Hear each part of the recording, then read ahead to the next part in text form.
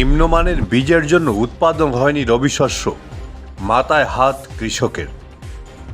নিম্নমানের বীজের জন্য উৎপাদন হয়নি রবি শস্য, বীজ বিক্রেতার বিরুদ্ধে প্রবঞ্চনার অভিযোগ কৃষকের।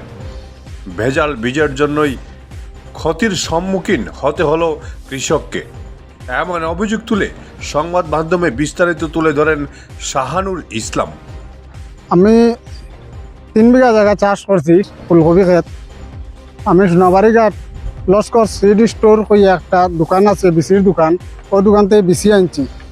এই বিসি আনা বাদে এই বিসিটা আমার 2 নম্বরে বিসি দিলাইছে দিয়া 3 বিঘা জায়গা আমার ক্ষেত করাইয়া পুরা ক্ষেত আমার বরবাদ।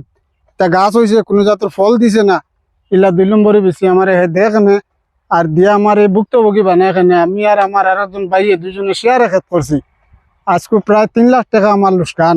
2 মাস থেকে আমার তারা ঘুরাইতরা যে তারা কোম্পানির মানুষ আর আমার যে ক্ষতি হয়েছে তারা ক্ষতিপূরণ করে দিব, কিন্তু এখন পর্যন্ত আমার কোনো ক্ষতিপূরণ তারা না করার কারণে আমি আপনারা দ্বারস্থ হয়েছি। আমার আর কোনো উপায় নাই। আমার 2টা পরিবারের প্রায় 14-15 জন সদস্য আমার অগ্রুপে নির্ভয়। আমার সারা বছরের ভরণ পোষণ ও ক্ষেতের উপরে। আজ আমার 3 বিঘা জায়গা ক্ষেত যদি নষ্ট হয়ে যায় তা আমার যাইবার আর কোনো জায়গা নাই। হয়তো আমি সুসাইড করতাম, আর না হইলে আইনের দ্বারস্থ হইতাম। আইনের দ্বারস্থ হয়ে যদি আইনের কাছে গিয়াও দিয়ে আমি আমার ফলন পাই না, আমার সমাধান পাই না, তাহলে আমি আমার পুরা পরিবার লইয়া অল ফ্যামিলি লইয়া আমি সুসাইড করবো। আর করিয়া আমি ও সব দায়ী হইব, আইনও দায়ী হইব। আর আমার খালাসান কইয়া নাম seed house seed store Laskar seed store সোনাবাড়িয়ার দোকান। তাই না আমার বেশি দিয়েছেন। আমি গেছি 1 গু আনাত, তাই না আরেক গু দিয়েছেন 2 নম্বরে বেশি কইছেন অগু নিয়া করে পালা হইব।